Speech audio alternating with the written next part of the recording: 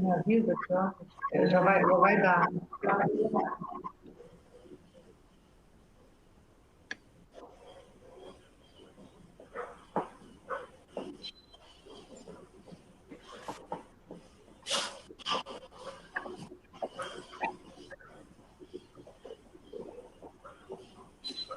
Olá, estamos dando início à nossa 44ª live. O Grupo Oncoclínicas segue com a sua programação de conversas com especialistas em transmissão online para orientar, informar e tratar das principais preocupações dos pacientes oncológicos. Hoje o nosso bate-papo virtual é desmistificando o transplante de medula óssea. E essa live ela vai ser especialmente importante porque nós vamos conhecer durante a nossa transmissão como é um ponto de referência nesse tipo de procedimento. Nós vamos fazer uma visita virtual à Oncobio, em Belo Horizonte,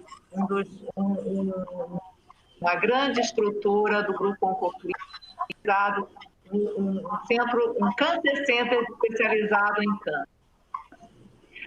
Eu sou Gisele Vitória e nós vamos conversar agora com os doutores Bruno Ferrari, oncologista, fundador e presidente do Conselho de Administração do Grupo Oncoclínicas, doutor Evandro Fagundes, hematologista do Grupo Oncoclínicas, e doutor Wellington Azevedo, hematologista do Grupo Oncoclínicas.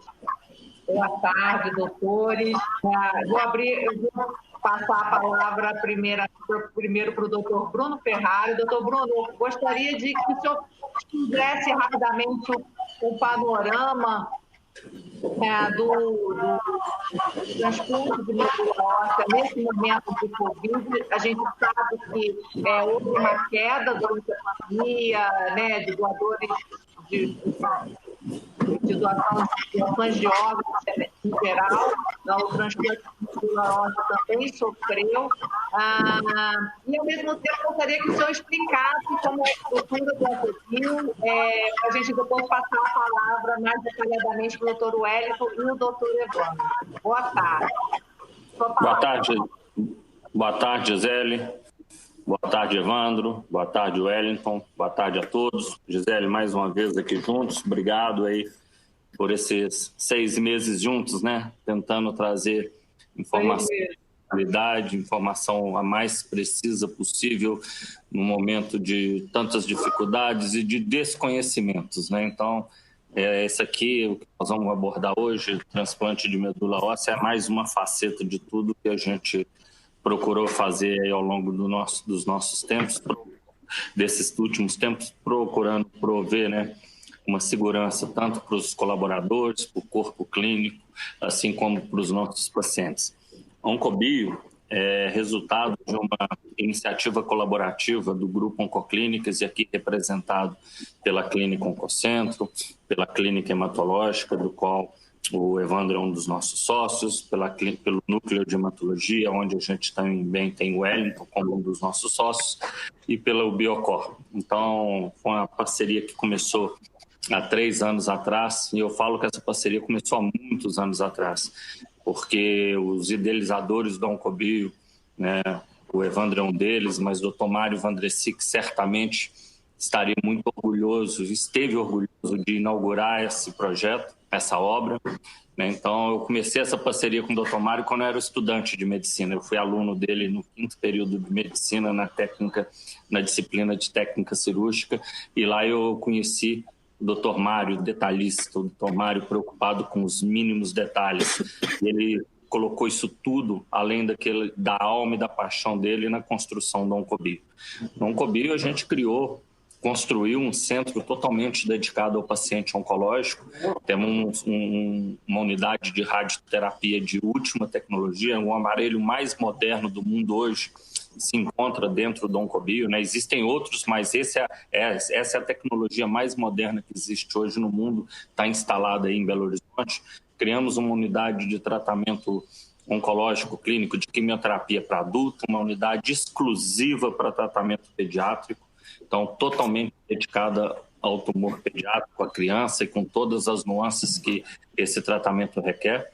E criamos também uma unidade de transplante de medula óssea, e que, num futuro breve, o Wellington vai poder falar disso com muita propriedade, uma unidade de terapia biológica, né, Wellington, de terapia... me ajuda, Wellington, de... Oi? Terapia celular. De terapia celular, desculpa. E na realidade, né, nós criamos aí também, de novo, uma unidade ímpar. Ela chega a ser ímpar no Brasil.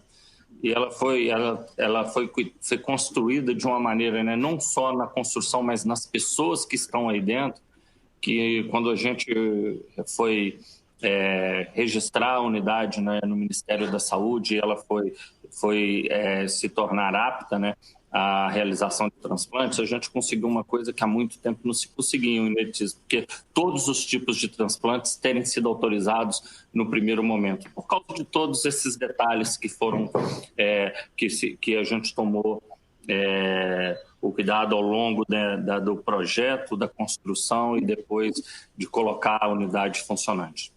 Para falar especificamente desses cenários de tumor do transplante de medula, uma outra coisa, nessa unidade de transplante também foi se criado, e aí tem o dedo do Evandro, muito importante, uma unidade específica para o tratamento de leucemias agudas e o impacto que isso vai ter nessa população. Então, acho que o Wellington e o Evandro aqui vão conseguir bater uma bola importante. O Evandro aí cuidando das leucemias agudas, o Wellington responsável pela questão de TMO. Até lembrando que o Evandro é mais, né, não é da Oncobio, né? O Evandro é o coordenador de hematologia clínica do grupo a nível nacional. O Wellington é nosso coordenador do programa de transplante e de terapia celular. Então, acho que a gente tem hoje muito para aprender aqui com os dois, tá, Gisele? Eu também vou aprender, e o que a gente fez junto com o Dr. Mário e agora com a Eric e com o Hector, foi prover tudo o que eles nos pediram para que a gente pudesse dar o que há de melhor para esse paciente que requer esse tipo de tratamento. Então, vou voltar a palavra para você, Gisele, te agradecer mais uma vez, agradecer aí o Evandro, o Wellington. O Wellington também eu não posso deixar de falar, foi a parceria antiga, foi meu professor no 9º período da Faculdade de Medicina, então já nos conhecemos há muitos anos, e de novo é uma honra por a gente poder estar aqui junto. Obrigado aí a todos. Muito bacana. Doutor Wellington, eu vou aproveitar e emendar aqui uma pergunta do Luciano Santos, da Rádio CBN de BH. Ele pergunta mais ou menos o que a gente já está comentando aqui, que seria qual é o panorama da doação, considerando a pandemia e a importância da doação para o transplante de medula óssea. Com a sua palavra sua. Ok, obrigado, Gisele. Obrigado, Bruno, pela introdução. Boa tarde a todos. Na verdade, é um privilégio estar aqui hoje podendo falar sobre transplante de medula óssea, que é um assunto que já há algum tempo eu estou envolvido com ele e tem sido muito recompensador esse trabalho. Antes de responder especificamente a pergunta do colega da CBN, eu queria dizer o seguinte, eu queria contextualizar um pouquinho o transplante de medula óssea, porque o transplante de medula óssea ele é um procedimento muito complexo. Ele é complexo, ele demanda a participação de vários participantes, vários parceiros, vários players, e isso faz com que seja necessário um certo controle. Tem muitas questões éticas envolvidas, muitas questões regulatórias, muitas questões de natureza de financiamento. Então, o transplante de medula óssea está hoje debaixo de um programa nacional de transplantes. Tanto é que nós todos somos submetidos à regulação e à coordenação do Ministério da Saúde para realizar transplante. Foi o que o Bruno estava dizendo sobre a nossa certificação, a nossa autorização para realizar transplante. Esse programa é um programa vencedor no Brasil. O Brasil tem alguns programas públicos, e quando eu digo público, não significa só a medicina pública, que é o Sistema Único de Saúde, ele tem um braço privado e um braço público, mas todo o transplante, sejam realizados por planos de saúde ou sejam realizados pelo Estado, eles estão dentro da mesma regulação. E esse é um programa vencedor e que vinha crescendo, embora o número de transplantes que a gente tem no Brasil ainda é pequeno em relação à nossa necessidade, mas ele vinha crescendo a cada ano. Capitaneado e coordenado pelo Ministério da Saúde, controlado, regido pelo Ministério da Saúde e executado por diversos serviços e setores da comunidade médica. era um programa que vinha em crescimento. Ele estava em crescimento com transformação, é um programa dinâmico, mas que a pandemia impactou muito. Na verdade, a pandemia, como toda atividade no Brasil, seria ingenuidade achar que o transplante não fosse afetado. A gente tem basicamente 3 tipos de transplante. Aquele transplante autólogo, onde o paciente doa para si mesmo a medula. Esse transplante, em geral, ele é feito para algumas doenças, algumas poucas doenças, e é um transplante em que é possível a gente fazer alguma gestão de adiar o transplante, de deixar para depois aqueles transplantes que não são muito urgentes. Isso imediatamente, no começo da pandemia, em março, a gente não sabia nada, ninguém sabia nada, a gente não sabia qual seria o impacto no setor de saúde, a gente não sabia se nós teríamos médicos, enfermeiros, outros profissionais de saúde, porteiros, pessoal de limpeza, nós não sabíamos o que ia acontecer com a nossa estrutura, ela tinha um perigo de ruir. Então, a primeira providência da comunidade de transplante foi exatamente reduzir, colocar o pé no freio e fazer uma espécie de lockdown nos transplantes também. Então, a gente adiou os transplantes que podiam ser adiados, deixamos para depois, mudamos a abordagem de tratamento para outro tipo de coisa quando isso era apropriado, e nos primeiros 45 dias desse lockdown, a coisa diminuiu bastante. Outro tipo de transplante é o transplante para as leucemias, para aquelas situações em que você não tem muito como adiar. Então, esses a gente manteve, tentando assegurar e garantir o máximo de proteção para os pacientes, funcionários, colaboradores, médicos, para a equipe inteira. Mas, então, assim, o transplante não foi fechado completamente, tanto a nível nosso, da nossa instituição, quanto no Brasil, teve uma certa redução, mas a gente continuou fazendo esses transplantes. Os transplantes com o doador aparentado, ou seja, que o doador está próximo do doente, ele está mais acessível, a gente consegue conversar, ele está mais disponível, esses transplantes foram menos afetados um pouco. Mas aqueles transplantes que demandam de um doador voluntário, que são gerenciados pelo sistema Redom-RN, teve uma redução muito brusca. A gente realmente teve um número bastante grande de doadores que não quiseram transplantar, não quiseram doar a medula, porque estavam com medo de chegar em hospital, estavam com medo de fazer exame, estavam com medo de procurar esse tipo de recurso. Então, a gente teve realmente um impacto. Eu acredito que nesses meses aí, se pegar meados de março até agora, final de julho, até meados de março, meados de agosto, a gente teve uma redução muito grande dos transplantes no Brasil. Mas agora, como tudo também, está tendo uma distensão. Os números de transplantes estão começando a aumentar, nós já entendemos que a estrutura não vai falir, que os nossos serviços de saúde vão conseguir suportar e dar as condições de tratamento. Então, a gente está voltando de novo, gradualmente, com cuidado, a fazer a voltar para a nossa performance normal de número de transplantes. Eu acredito que até o final do ano isso já vai estar assim, próximo do normal. Só lembrando que esse normal já era um normal a quem a gente vinha em crescimento e precisamos crescer mais. Em relação à Europa, em relação aos países mais desenvolvidos, o Brasil realiza pouco transplante para o que a sua população precisa. A gente precisa aumentar o número de transplantes. É muito baixo em relação aos países, enfim, Europa, Estados Unidos? Sim, hoje a gente faz alguma coisa em torno de 25 transplantes por 100 mil habitantes. Esses números, nós temos problema até com o report, até com os nossos números não são muito bem entendidos, porque eles não são muito bem catalogados. Mas assim, as informações do Ministério da Saúde são que a gente faz em torno de 25 transplantes por 100 mil habitantes. A Alemanha faz 300, a França faz 300, e a Espanha faz 250. Então, assim, se pegar Portugal, Espanha, Turquia, que tem economias, vamos chamar assim, próximas da nossa, a gente está muito aquém do que eles estão fazendo. A gente precisa melhorar muito. Perfeito. Obrigada, doutor Wellington. Eu vou agora passar a palavra para o doutor Evandro, lembrando que dia 19 de setembro é o Dia Mundial do Doador de Medula, né? Fazendo essa menção, essa lembrança, né? E gostaria de, doutor Evandro, por favor, gostaria que, acho que doutor Evandro hoje é a nossa cereja do bolo, né? Ele vai mostrar o que é um centro de referência desse tipo de procedimento, né?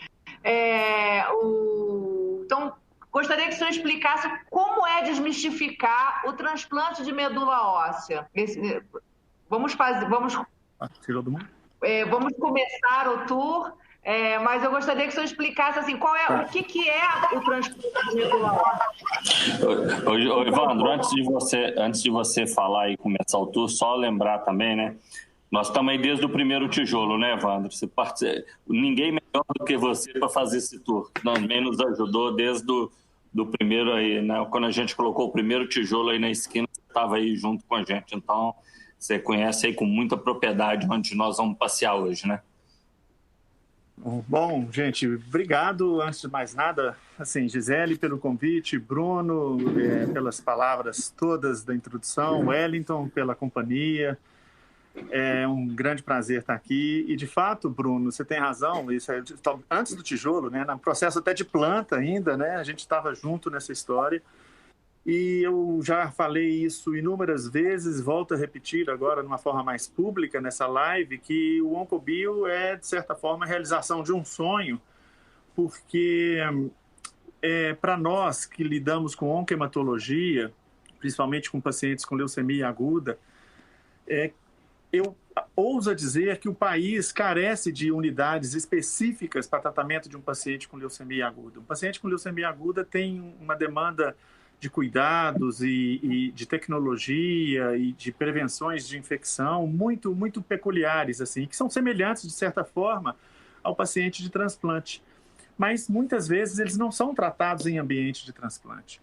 Então, o Oncobio trouxe isso para Belo Horizonte, trouxe isso para Minas Gerais, como você mesmo falou, um prédio todo ele dedicado ao paciente oncológico de uma forma geral e um andar todo ele dedicado à internação de pacientes oncohematológicos e transplante de medula óssea, que vocês vão ver, eu vou levar vocês para conhecer. Então, já peço até, de certa forma, de antemão, uma desculpa, porque fazer essa live andando é uma novidade para mim, eu jamais fiz isso, então vamos tentar dar uma de repórter aqui nesse sentido. Mas antes disso, eu queria falar alguns números importantes para vocês. Dia 19 de agosto de 2019, o Oncobio realizou o primeiro transplante, foi o primeiro dia do primeiro transplante de um paciente internado, aqui feito um transplante realizado aqui dentro do Oncobio. De lá para cá, nós fizemos 63 transplantes e até o final da semana que vem completam 67 transplantes. Nos primeiros 12 meses, e ainda funcionando, a gente ganhando ritmo de funcionamento, vamos dizer assim, né? Porque essas coisas naturalmente têm que ser dessa forma, começam testando todos os modelos de processos, etc. E ainda nos primeiros 12 meses, nós realizamos 50 transplantes, uma média superior a 4 transplantes por mês. Isso é número para um serviço grande do tamanho do Grupo Oncoclínicas. Então, assim, só para mostrar para vocês que o Oncobio já saiu da fase de um sonho para a fase real e ele tem trazido já resultados reais para a sociedade de Belo Horizonte, para os mineiros de cidades próximas e até de pessoas de outros estados. Então, eu estou aqui hoje no Oncobio, me perdoem estar usando máscara, porque realmente eu tenho que estar no ambiente público, estou dentro de um hospital. A gente vai começar, nós vamos aqui agora, nós vamos lá para o 5º andar, onde é a unidade de transplante e de oncohematologia. Vamos passar aqui pela recepção do hospital. Tá? Então, vem comigo. Pode ser que caia durante o percurso e aí ele volta de novo, a gente continua conversando aqui. Quem cai, Gisele, o Evandro ou a transmissão? Se for a transmissão, tudo bem. O Evandro nunca. Então já fico mais tranquilo. Olha para frente.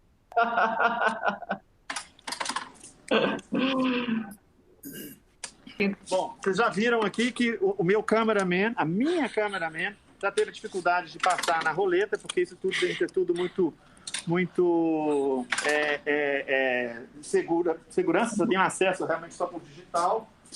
E talvez aqui a transmissão de fato caia por causa do elevador, tá, gente? Um instantinho.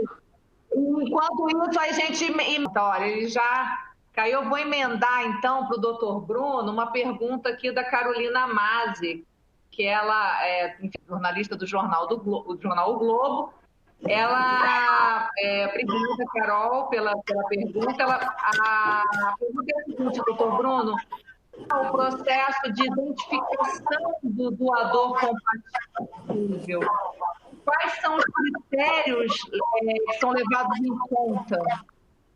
Gisele, vocês bem sabem, eu sou um oncologista clínico, eu trato basicamente, especificamente hoje, mais pacientes com neoplasia de mama. Essa é uma pergunta que cabe diretamente para o Wellington, eu vou passar para ele. Acho que está dentro... Então, ótimo. Tá? Perfeito. Vamos lá, doutor Wellington. Gisele, a sua fala ficou um pouco picada. Você poderia repetir a pergunta da Carolina? Claro, posso sim. Como se dá o processo de identificação de doador compatível? Quais são os critérios que são levados em conta? Ok. Bom, do ponto de vista de compatibilidade, na verdade, a gente olha alguns aspectos genéticos. Existe uma classificação que a gente classifica os leucócitos humanos de acordo com algumas categorias. Na verdade, hoje a gente usa 10 parâmetros. Então, existe um sistema chamado HLA, que são antígenos de histocompatibilidade humana. A gente faz então é uma tipagem, isso é feito através de biologia molecular, porque quando uma criança nasce, ela recebe um pacote genético do pai e outro pacote genético da mãe. Esses pacotes vêm em pacotes mesmo. Então, a possibilidade, por exemplo, de um irmão ter recebido o mesmo pacote de um outro é de 50%, mas a possibilidade deles terem recebido os dois pacotes iguais no que tange ao HLA. Nós estamos falando só naquela regiãozinha do genoma que cuida disso. Mesmo sendo irmãos diferentes, um masculino, outro feminino, um novo, outro velho, esses pacotes são mais ou menos, eles vêm fechados, eles vêm iguais. Então, a possibilidade de a gente encontrar entre irmãos um doador, fazendo esse tipo de teste, é de 25%. É um pouco mais por causa de uma questão de natureza genética e estatística. Estou de 30%. E a possibilidade de eu encontrar uma pessoa na população que seja igual a mim, por acaso, é de 1 para 100 mil. Então, entre os irmãos, a gente tem essa chance aí para cada irmão tem 30% de chance de ser compatível, e de quando a gente vai num banco de dados, que são esses bancos de medula, que o Brasil tem um grande, que tem 4 milhões de doadores cadastrados, e no mundo inteiro tem mais ou menos 40 milhões, a chance é de 1 para 100 mil, mas de fato a gente está encontrando hoje doador para praticamente 100% dos pacientes, seja entre os irmãos, seja nesse banco de dados, ou seja a gente assumindo o risco e fazendo uma modalidade de transplante que é relativamente nova, que é de usar um doador só parcialmente compatível. Ou a mãe ou o pai que tem 50% de compatibilidade, ou um dos irmãos que tem herdado só um bloco também. Então, basicamente, por esse sistema, é um sistema que a gente usa, ele é uma análise genética feita através de biologia molecular. Perfeito, obrigada. Aproveitando, eu vou aproveitar essa pausa ainda do doutor Evandro, vou perguntar para o doutor Bruno sobre a decisão, né, de criar um centro de referência dedicado ao câncer, doutor Bruno. Ele já está voltando aí, mas eu queria que você falasse brevemente antes da gente começar.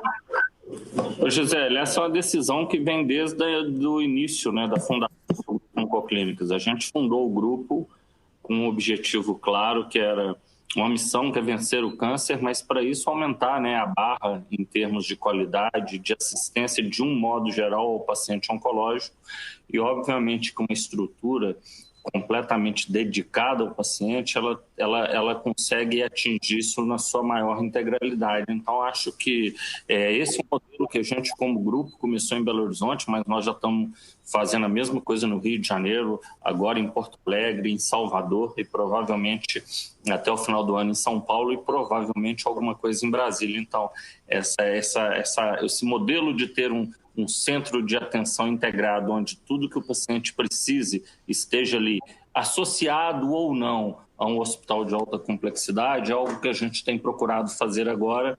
E, de novo, vem lá de trás. Eu acho que o paciente oncológico, ele é um paciente, como qualquer outro paciente, ele tem suas nuances, as suas especificidades. Aqui nós estamos hoje abordando um assunto ultra específica e que uma unidade como essa é necessária.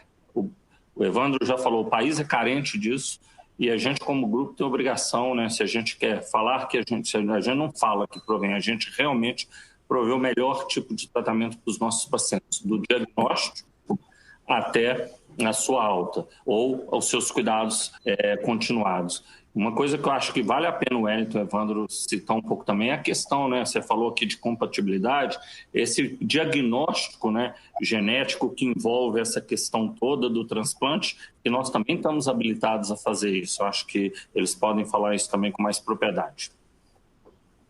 Perfeito, obrigada. Eu vou passar a palavra então para o doutor Evandro, que já está aí a postos. Por favor, doutor Evandro.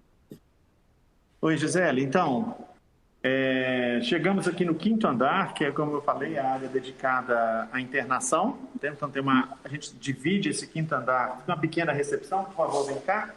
E a gente divide essa ala esse andar em 2 alas. Uma ala para pacientes oncohematológicos, fundamentalmente leucemias agudas, linfomas agressivos, e onde a gente pode realizar transplantes autólogos também. E uma ala dedicada mais a transplantes halogênicos. E a gente vai ver aqui a primeira delas. Temos mecanismo de segurança digital. Eu não vou entrar e, para isso, eu conto com a ajuda das questões regulatórias que a gente fez em relação, que a gente adotou em relação ao Covid-19. A gente tem várias medidas de precaução com relação a isso. Então, para auxiliar nesse processo de visita, nesse andar, eu chamei a doutora Naira Neto, que trabalha com a gente aqui no Oncobio. Ela é hematologista e faz parte do corpo clínico aqui do Oncobio. Ela está de plantão hoje e a Naira também está mais habilitada para mostrar, do ponto de vista dessas questões de precaução do Covid-19, a ala, né, Naira? Obrigado. Boa tarde, obrigada. Eu sou a Naira, sou aqui no Oncobio. Desde que nós começamos, e eu vou mostrar agora a área do transplante mesmo para vocês. Então, ela começa aqui, como o doutor Evandro demonstrou lá no outro lado também. A gente tem um dispositivo de segurança, né, que só entra quem é habilitado. Aqui, a gente tem esse posto, e tem um outro que é semelhante lá do outro lado. A gente vai mostrar um dos quartos. É muito importante a gente mostrar esse mecanismo, que é o do filtro EPA, que é importante para prevenir, principalmente, infecção fúngica invasiva nos pacientes transplantados. Então, é feita essa manutenção diariamente para ver se ele está... Acho que ela... de mãos. Então, eu vou demonstrar o esquema de lavagem de mãos que todo mundo tem que fazer antes de entrar no quarto para vocês. A gente faz isso, um sensor, e esse sensor vê a gente lavando as mãos, que é muito importante para a segurança do nosso paciente. Então, todo mundo que entra nos quartos, antes de tocar no nosso paciente, seja acompanhante, seja médico, seja enfermeiro, tem que fazer o processo todo de lavagem das mãos. A porta só abre se você tiver completado todo o processo de lavagem de mão? Isso, a porta só abre, ele só me deixa enxaguar e a porta abre se eu tiver completado tudo no tempo ideal. E ele percebe que eu estou lavando as mãos igual ele fala. Então, isso garante uma higienização mais adequada das mãos. Isso, o importante também é que a gente não toca na torneira, então a gente não toca em nada. Ah, que bacana.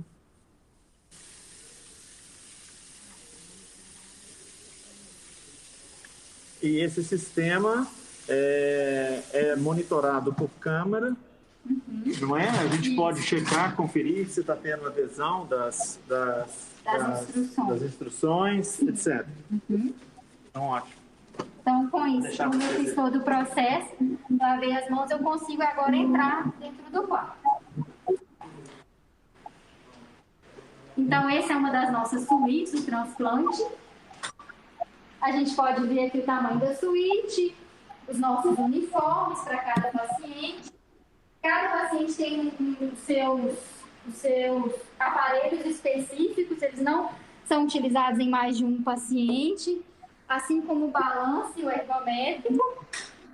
A gente tem monitores, quando o paciente vai realizar o próprio transplante, para o paciente ser monitorizado. Esse quadro aqui é um quadro que a enfermagem usa para os cuidados, fala o dia de transplante, fala os cuidados que se deve ter. Além de uma vista maravilhosa, que deixa o quarto amplo e claro. Oh, que lindo! Que facilita aí esses todos os dias. Muito importante é o nosso filtro EPA, né, que é o que eu mostrei do aparelho de segurança lá fora, que é uma grande arma para a gente prevenir as infecções desses pacientes que são tão imunossuprimidos. Só vou mostrar aqui para vocês. Aqui tem outra pia. E aqui está o nosso banheiro, tem um dispositivo de segurança também. E um banco se o paciente precisar de tomar banho sentado. Para a gente sair, a gente faz e aciona esse dispositivo de saída. E é assim que a gente consegue sair.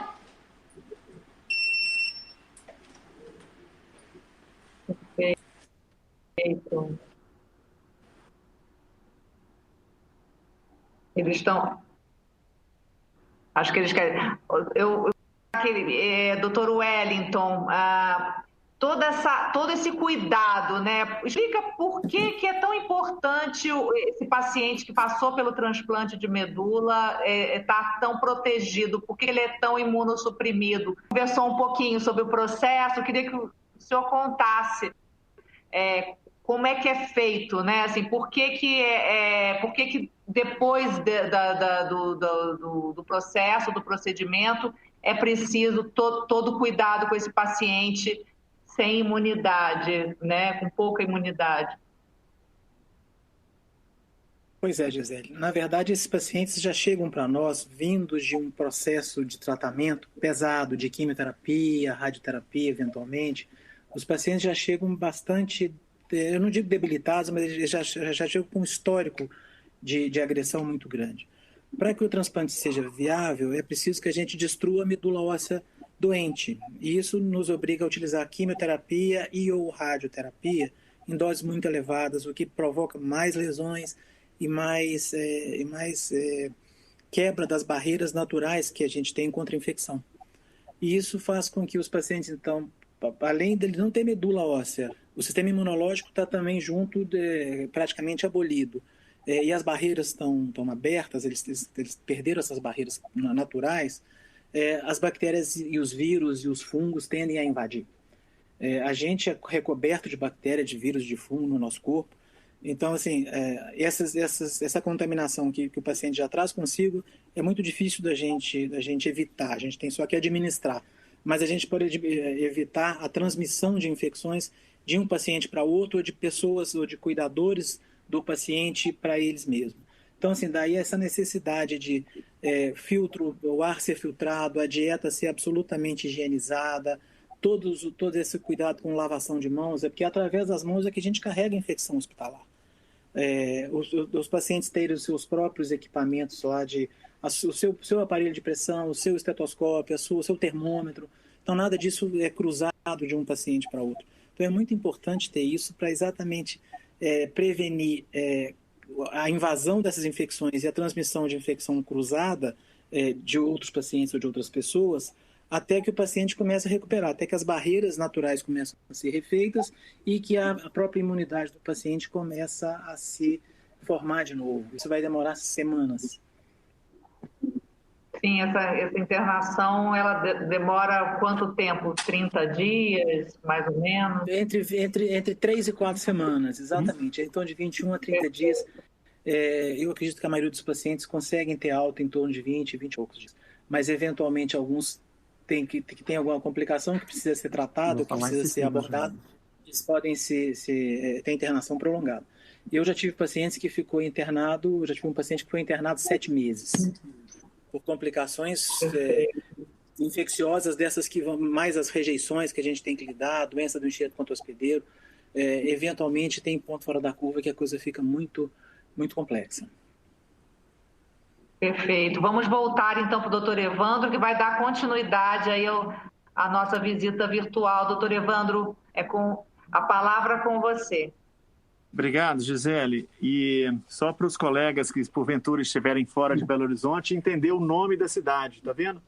Olha que horizonte que o Oncobio tem de vista para seus colaboradores, para seus pacientes, acompanhantes, visitantes, né?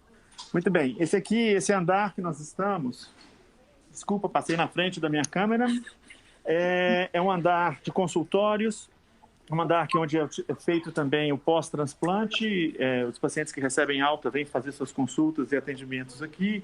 Pacientes oncológicos são atendidos aqui e eles recebem a parte de tratamento medicamentoso, tratamento quimioterápico nessa região. Obviamente eu não vou ficar detalhando por questões de privacidade, mas são todos apartamentos individualizados.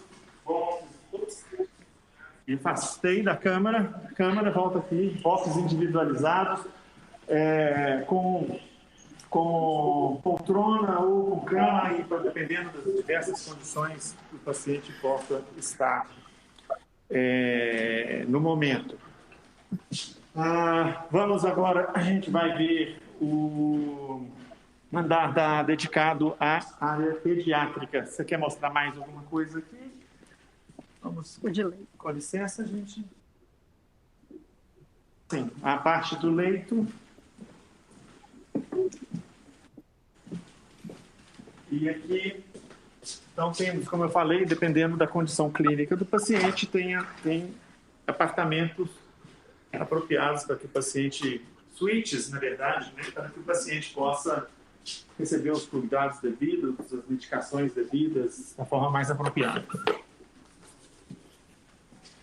Muito bem. Podemos ir para a área pediátrica?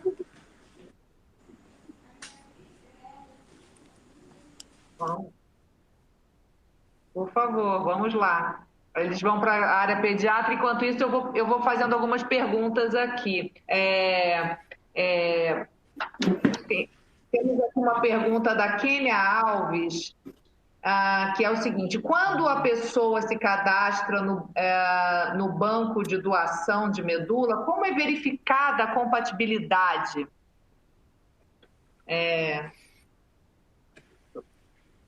Doutor Bruno, doutor Wellington, quem gostaria de responder? Doutor Evandro, estejam à vontade. Bom, Kênia, eu vou responder. Kênia, na verdade, o processo de cadastro para ser um doador voluntário de medula óssea, hoje ele está centralizado basicamente nos hemocentros. Em Belo Horizonte é o Hemominas, no Brasil inteiro, praticamente todas as grandes cidades, as cidades de médio porte, têm um hemocentro ou um hemonúcleo ligado a algum hemocentro. Esse cadastro, em geral, é feito pelos hemocentros. A pessoa vai ao hemocentro, diz que quer ser doador de medula óssea, ele vai ser informado de que se trata o assunto, ele vai assistir alguns vídeos, ele vai passar por uma entrevista com um assistente social ou com alguém da equipe multidisciplinar que vai explicar o processo, e se ele achar que ficar confortável e que quer participar do banco, ele então faz um cadastro, coloca todos os seus dados. É muito importante, inclusive, nesse cadastro, que os telefones, endereços, sempre tenham, inclusive, um backup, porque as pessoas mudam com frequência e mudam de telefone e de endereço, e às vezes a gente localiza um doador, mas não acha a pessoa. Então, assim, é muito importante que você tenha sempre o máximo de referências, e essas referências, então, são colocadas no sistema. É colhida uma amostra de sangue, como se fosse fazer um hemograma, 5 ml de sangue. Esse exame vai para um laboratório de biologia molecular, onde é feito o teste e a pessoa tem o resultado dela colocado num banco de dados. Esse banco de dados está baseado hoje no Rio de Janeiro, e ele fica lá guardado. Então, sempre que tem uma busca, esse resultado ele é exposto. Se houver compatibilidade, ou seja, se bater, se der um match, né, uma palavra que está muito em voga agora com a juventude, se der match aí, ou seja, se der compatibilidade, vai ter um alerta e essa pessoa vai ser procurada para saber como é que está, se ela está com bem de saúde, se ela está em condições de doar medula, se ela está disposta a doar, se ela quer doar, né? E então é isso. Hoje no Brasil a gente está fazendo mais ou menos uns 100 transplantes não aparentados por ano. Significa que pelo menos umas 150 pessoas foram abordadas e uns 100 transplantes foram viabilizados. num banco de dados de mais ou menos 4 milhões de pessoas. Ou seja, a chance de você ser achado como um doador é pequena, mas ela existe e ela é muito importante. Principalmente no Brasil, em que a gente tem uma mistura genética muito grande, porque você tem uma miscigenação racial muito grande na nossa população, então é importante que nosso banco seja muito grande, sim. Ou seja, é procurar um hemocentro, porque no caso de Belo Horizonte é o Hemominas, mas no caso de outras cidades é um hemocentro da cidade, e lá ele vai ter esse processo desencadeado. Perfeito. Doutor Evandro já está de volta. Por favor, vamos lá, vamos até a ala pediátrica. Aqui é a ala dedicada ao tratamento das crianças que tenham problemas oncológicos e hematológicos pediátricos, né? Parte da recepção, então tem todo um motivo, obviamente, pediátrico, né?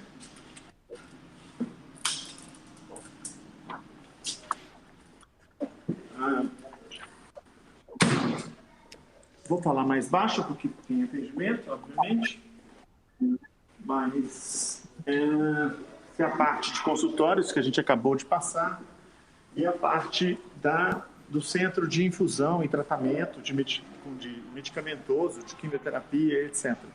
Então, isso é todo um motivo pediátrico, obviamente. Tem alguns aspectos para tornar a situação um pouco mais lúdica, até um cachorro quente aqui de mentirinha, mas que é muito bonitinho, hambúrguer, etc. Se vocês estão servidos. E até uma propaganda que eu posso dizer para o Bruno que não pode cobrar direitos autorais da Audi.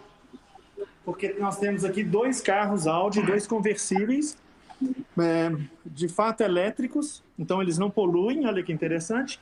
E eles servem para levar a criança, eventualmente, para o seu box e fazer seu tratamento, tentar amenizar um pouco a dor dessas crianças que estão em tratamento. Ok? Muito legal, muito bacana. Olha, que interessante. Nossa, que bacana. Doutor Bruno,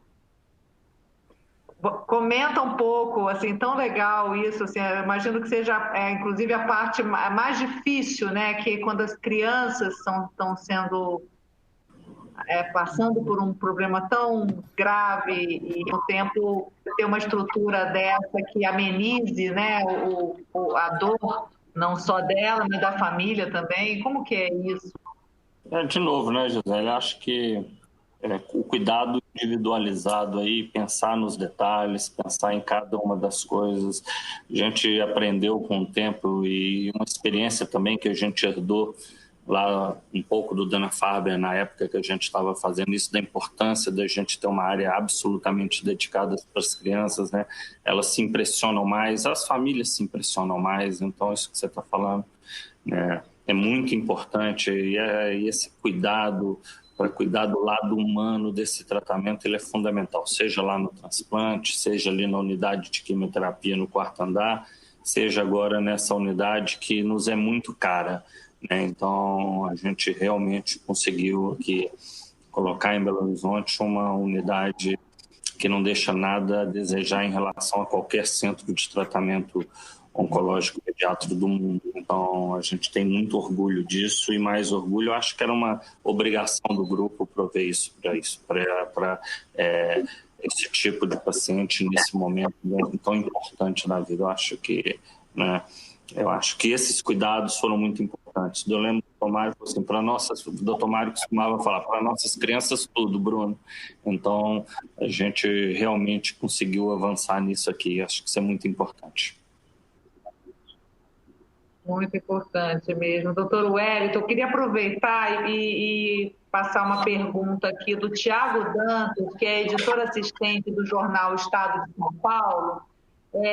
Ele diz o seguinte: apesar do Brasil contar com o 3º maior banco de registro de doadores de medula óssea de todo o mundo, como equilibrar a disparidade de acesso no país a centros de referência nesse tipo de procedimento? Em muitos casos, pacientes relatam que é preciso viajar quilômetros ou até mudar de cidade ou de estado para que seja possível receber o tratamento adequado e o transplante. Poderia comentar?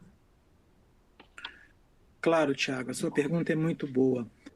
Na verdade, o Brasil é um país de dimensões continentais e que tem uma distribuição da sua renda e, consequentemente, dos seus recursos humanos, tecnológicos, muito concentrado. Na verdade, essa distribuição está muito concentrada no sul, no sudeste, né? Para você ter uma ideia, na região norte do Brasil, que é uma região imensa, que tem uma quantidade grande de pessoas vivendo lá, não tem nenhum centro de transplante trabalhando. Em toda a região norte. Na região nordeste, só recentemente, só nos últimos 10 anos, é que surgiram nas grandes capitais alguns, e mesmo assim são só 3 capitais que têm programas de transplante medulativo.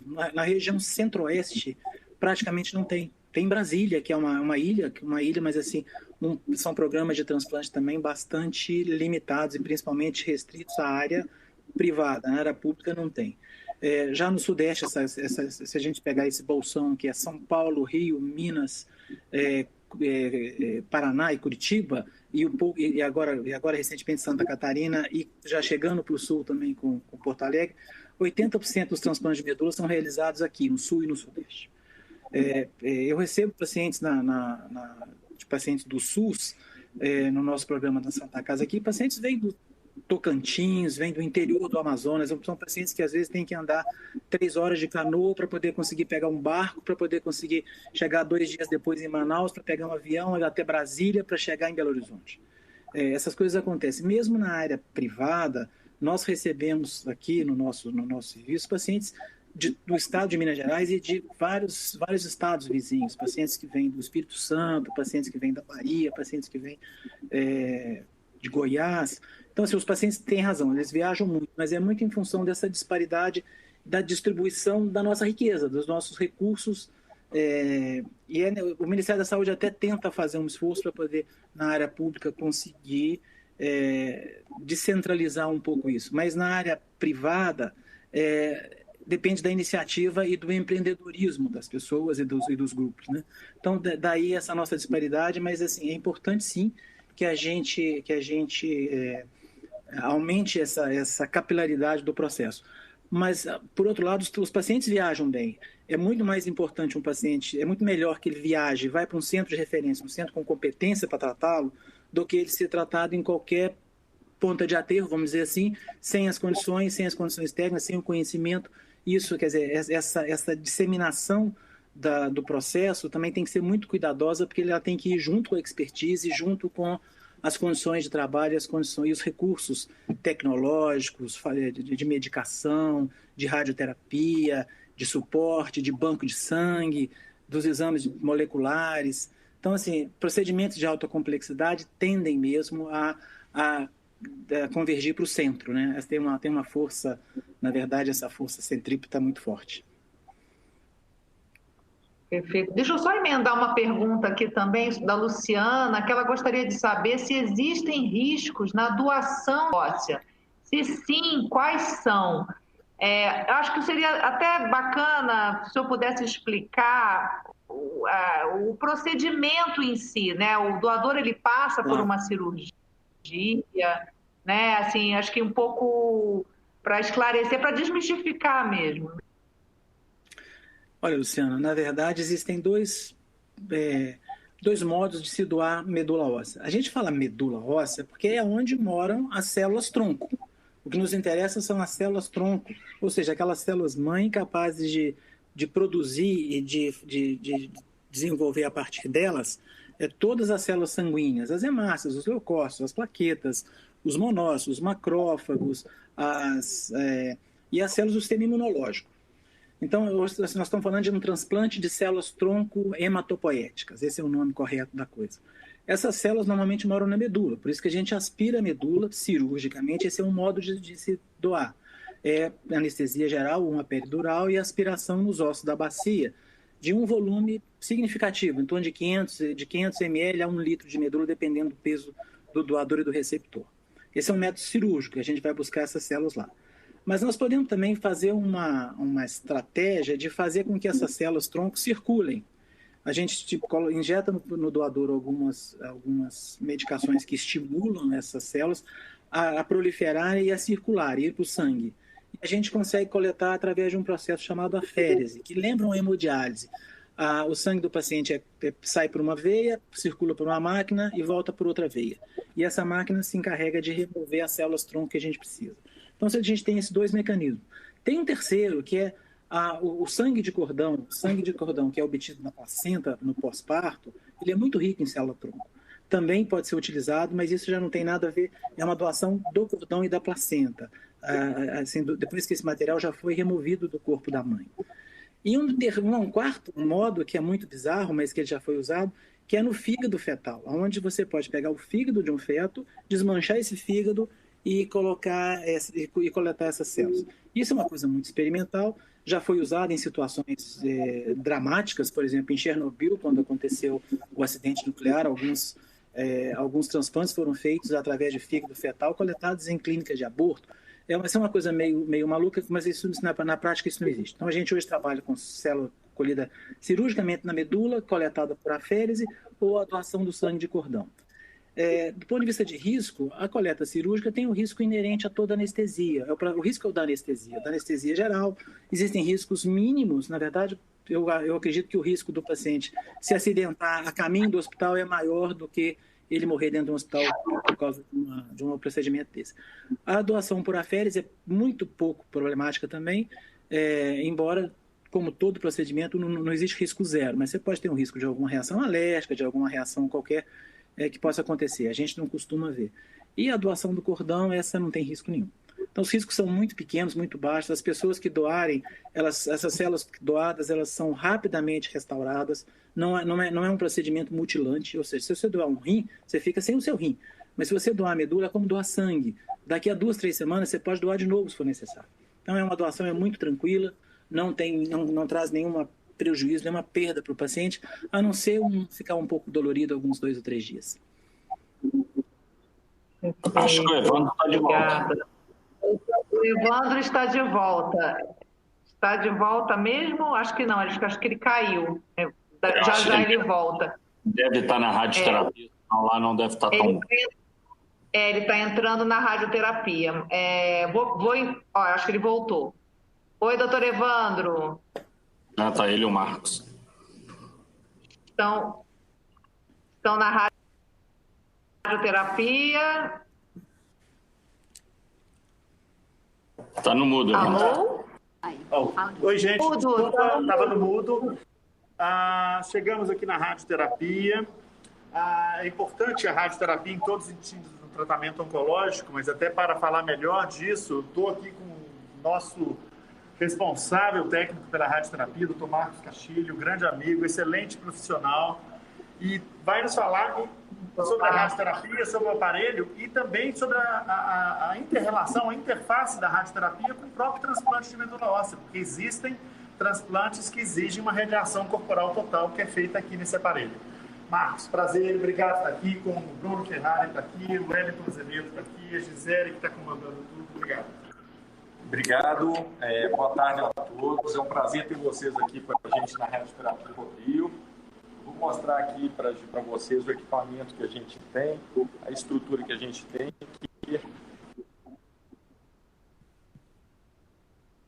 Acho que travou. Já deve estar voltando. Mas a radioterapia é um dos procedimentos durante o transplante, né, doutor Wellington? Só para ficar claro.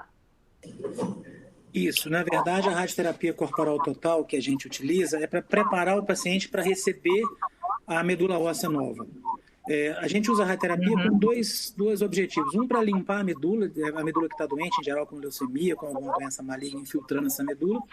Ou então a gente utiliza como estratégia para limpar o sistema imunológico, para poder fazer uma linfoablação, para poder eliminar o sistema imunológico. Isso é muito usado, às vezes, em doenças benignas, com aspas, aí, que a gente transplanta e que você quer fazer... que o paciente, se você quer deletar células imunológicas que estão pervertidas e fazendo mal para o paciente, mas a gente utiliza em algumas circunstâncias. Gente, vamos só aproveitar a conexão aqui. Vamos, doutor Marcos. Oi. Gente, live é isso, né? A gente tem problema de conexão, principalmente dentro da radioterapia, né? Então, normal. eu estava apresentando para vocês o nosso equipamento. Ele é um equipamento Varian TrueBeam. Ele é o topo de linha do fabricante, que é líder de mercado. Então, a gente pode dizer que esse equipamento é o melhor equipamento de radioterapia disponível no mundo para tratamento. É um aparelho super moderno. Eu não consigo chegar lá perto para mostrar e falar ao mesmo tempo por causa da conexão. Mas ele tem um tomógrafo acoplado, onde antes de irradiar um paciente, a gente faz imagens de tratamento. Ele tem um sistema de monitoramento de respiração. É um sistema que, enquanto a gente irradia, a gente consegue monitorar a respiração do paciente, irradiar em ciclos, em momentos específicos do ciclo respiratório. A gente aqui trata muito TBI em criança.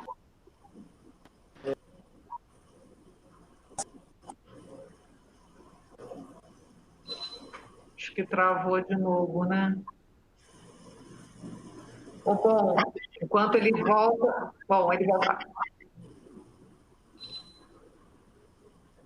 Não, acho que ele vai ter que voltar de novo, vai ter que entrar de novo. Eu vou fazer uma pergunta aqui da Maria Tereza enquanto isso.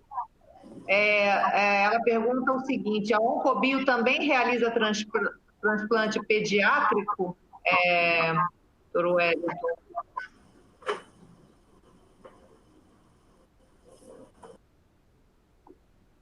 Acho que ele travou também.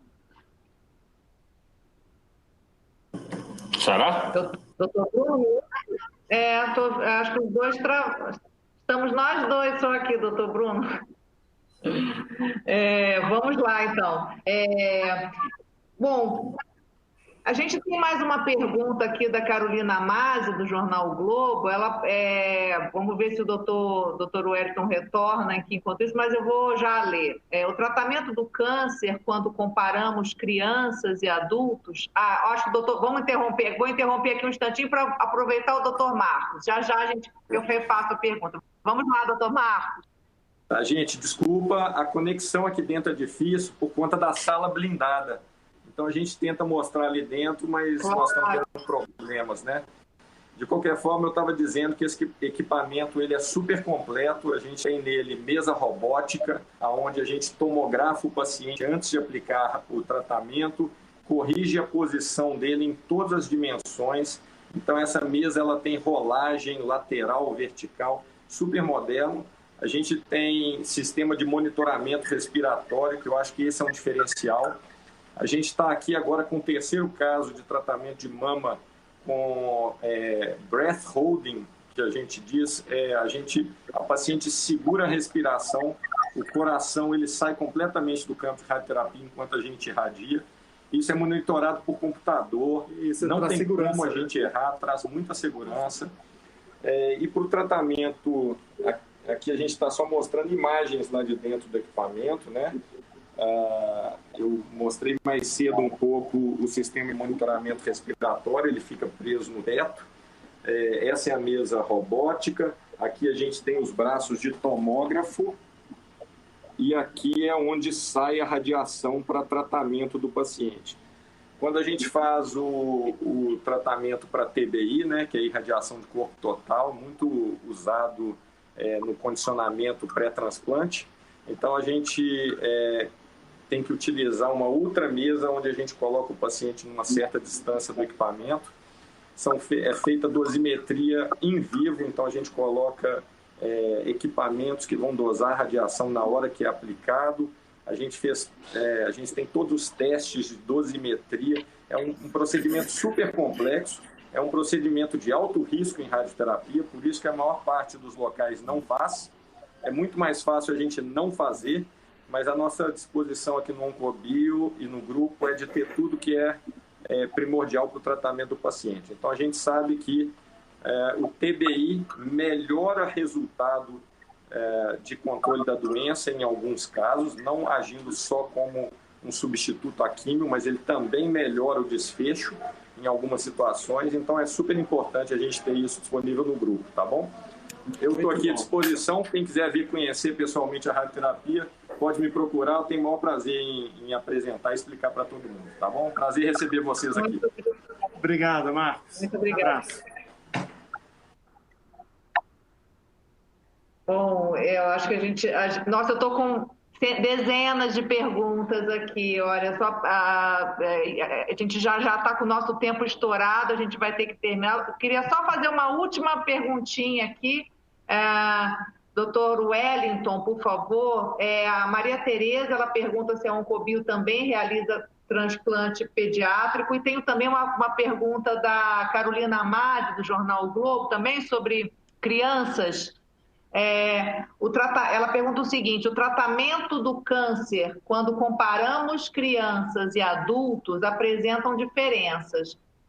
Quando falamos em transplante de medula óssea, o procedimento também acontece de forma diferente? Caso sim, quais são os fatores diferenciais?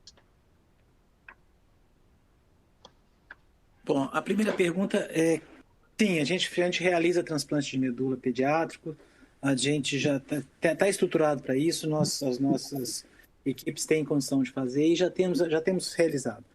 A necessidade de transplantes pediátricos, ela é mais ou menos 10% da necessidade de transplantes para adultos. O que eu quero dizer?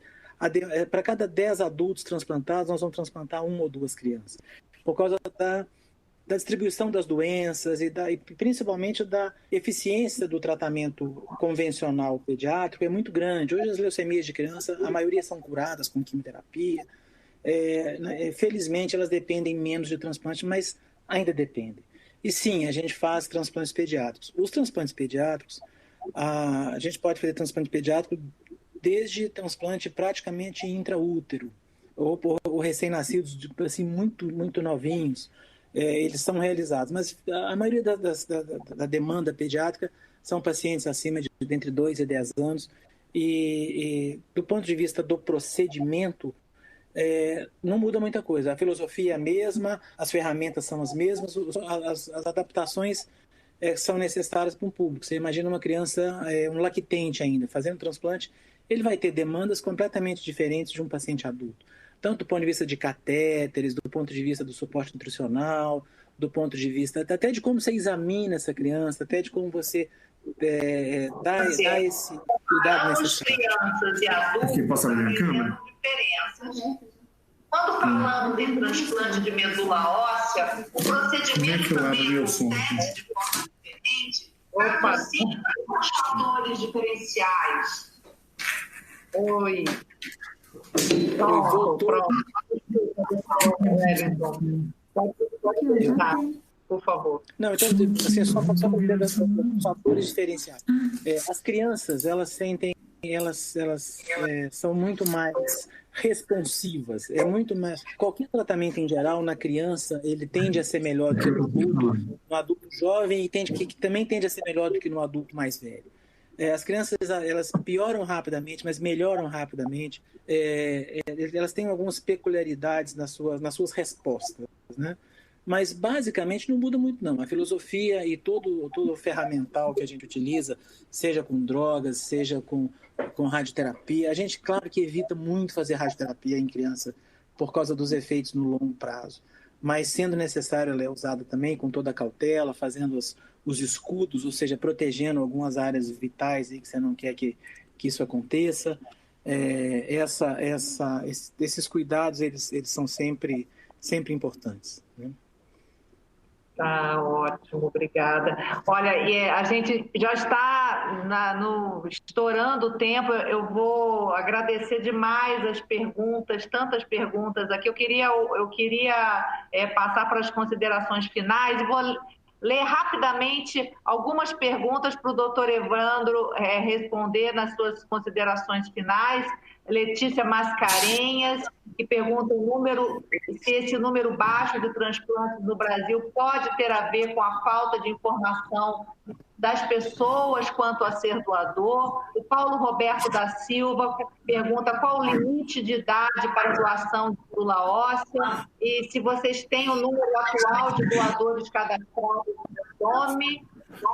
E a Nayara Ribeiro pergunta um pouco do que a gente já falou, como funciona o processo de doação e se é indolor. Doutor Evandro, desculpa aqui agrupar tantas perguntas, mas eu não queria deixar as pessoas sem resposta, eu queria pedir as suas considerações finais, infelizmente também que nosso tempo está estourado. Oi, Gisele. Pois é, agora eu voltei aqui para o consultório. Algumas dessas considerações talvez eu não consiga ter tempo adequado para respondê-las.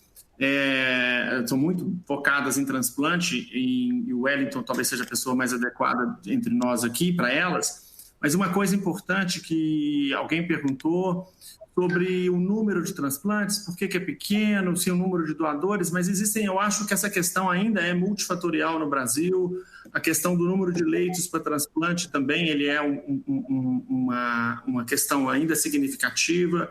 Nós estamos falando aqui da Oncobio, que atende a um segmento da saúde suplementar, vocês sabem disso, mas a gente poderia extrapolar isso para a saúde pública, para o Sistema Único de Saúde, e a gente vê que o número de leitos ainda poderia ser maior, poderia ter mais oferta de leitos, mas é fundamental um aspecto que foi a base, talvez, da questão da hematologia aqui na Oncobio, que é o fato de termos condições melhores de tratamento para o paciente, por exemplo, com leucemia aguda, antes de chegar no transplante. Isso é crítico. Isso é crítico na saúde suplementar, isso é mais crítico no Sistema Único de Saúde. Então, a questão do diagnóstico do paciente com leucemia, a referência para um centro de referência em hematologia, para que ele seja tratado adequadamente, as condições de tratamento, para que esse paciente tenha condições de poder ser candidato a transplante.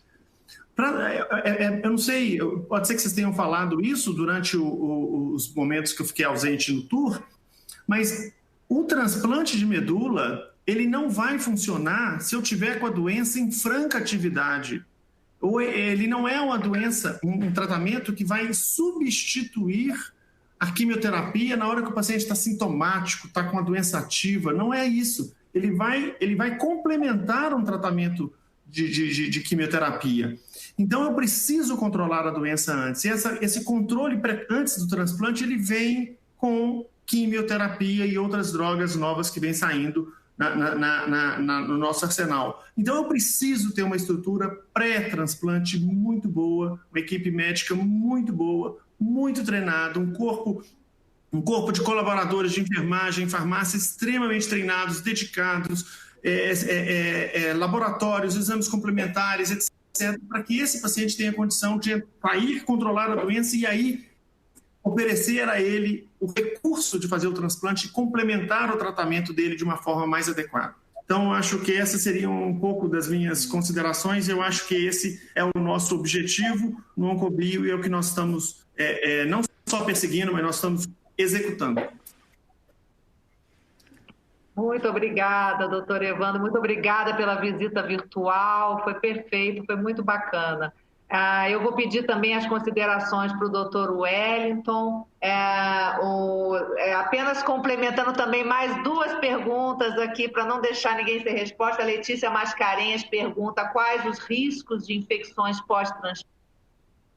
Até nós já respondemos aqui, mas estou aqui pontuando a pergunta dela. Adriana Lima pergunta aqui como é a conexão no país para a busca de doadores, como ocorre a comunicação entre os centros especializados para garantir a agilidade de atendimento, especialmente aqueles pacientes que têm mais urgências. Doutor Wellington, eu queria pedir para o senhor encerrar também a sua participação, falando do futuro, né? Que a gente falou um pouquinho antes no nosso papo. Se eu pudesse também dar uma pincelada no futuro sobre tendências e como que vai ser daqui para frente. Por favor, a palavra é sua. Perfeito, Gisele. Bom, só para tentar ser breve, já que a gente está com um tempo justo, as complicações infecciosas no transplante, elas são muitas, e praticamente todos os pacientes que fazem transplante vão se infectar em algum momento, seja por fungo, por bactéria ou por vírus. A gente tem que estar sempre lidando com isso e para dizer a verdade, praticamente toda essa parafernália que foi mostrada aqui é em função de proteger o paciente para minimizar evitar e minimizar o impacto dessas infecções. Do ponto de vista do sistema de doadores, o sistema Redome e Rereme, essa comunicação é muito ágil. Hoje é tudo digital, é tudo por internet. A gente entra, o paciente, o doador consegue acompanhar mais ou menos a evolução das buscas. O receptor, a pessoa que está sendo, que está necessitando de um doador, ele tem condição de acompanhar online essas buscas. Os centros de transplante, claro que tem regiões que são restritas, de acesso restrito, de acesso para poder manter a privacidade das pessoas, mas assim, tudo hoje tudo muito aberto, tudo muito claro, rastreável e de certo modo muito seguro, né? Então, do ponto de vista da tecnologia da nossa busca doador, hoje a gente está muito bem colocado. O programa de transplante do Brasil, como eu disse, do Ministério da Saúde, ele é bem sucedido. Do ponto de vista do futuro, eu acho que o transplante é uma coisa móvel. Eu já faço transplante há muitos anos. Eu comecei com transplante quando eu morava nos Estados Unidos, nos anos 80. Quando volto para cá, a gente continua fazendo transplante. O transplante a cada dia, a cada manhã, o transplante melhora, o transplante evolui.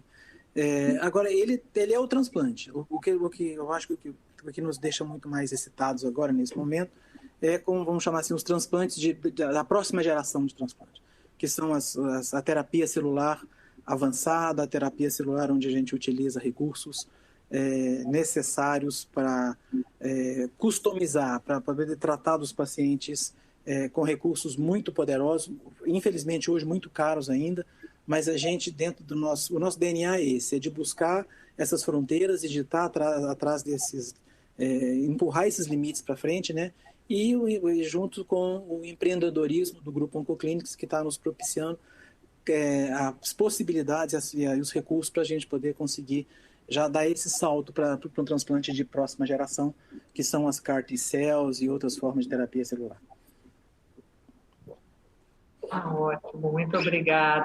Doutor Bruno, eu acho que ele caiu, né? Infelizmente. Não, eu estava me desculpa, Gisele, mas eu tive que entrar numa outra reunião de conselho aqui. Não, eu te peço desculpa que eu estou aqui estourando o tempo. Eu gostaria que o senhor fizesse as suas considerações finais e nos dissesse aí um pouco dessa sua palavra final aí sobre essa iniciativa tão fantástica, né, que é o Oncobio.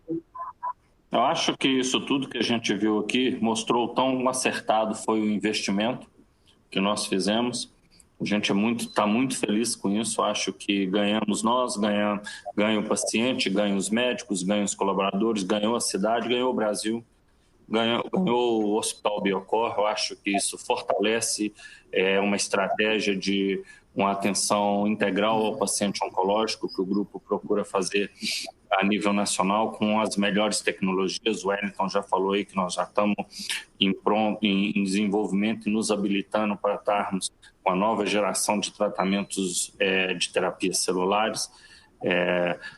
Dizer que nós temos muito orgulho disso, muita alegria de ter o Wellington, o Evandro, a família Vandrecic como nossos sócios nessa empreitada e de novo, acho que no fim do dia o paciente é o maior ganhador disso e tudo que a gente faz nesse grupo é focado no paciente. Nós temos o paciente no centro, todos nós orbitando em volta do que há de melhor para o nosso paciente, seja do ponto de vista científico, seja do ponto de vista de acolhimento humano. Então, mais uma vez, agradecer o Wellington, agradecer o Evandro, agradecer você, Gisele, e pedir desculpa por eu ter que sair mais rapidamente, porque realmente eu tinha uma outra reunião que necessita aqui um pouco da minha atenção, mas agradecer a todos. Muito obrigado. Muito obrigada, doutor Bruno, muito obrigada à nossa audiência, muito obrigada ao doutor Evandro, doutor Wellington. Encerramos aqui a nossa live e até a próxima. Muito obrigado, Gisele, muito obrigado a todos. Obrigada, tchau. Obrigado, Gisele, boa noite. Abraço. Obrigado, Wellington, tchau. Abraço, Evandro. Boa noite, obrigada, tchau.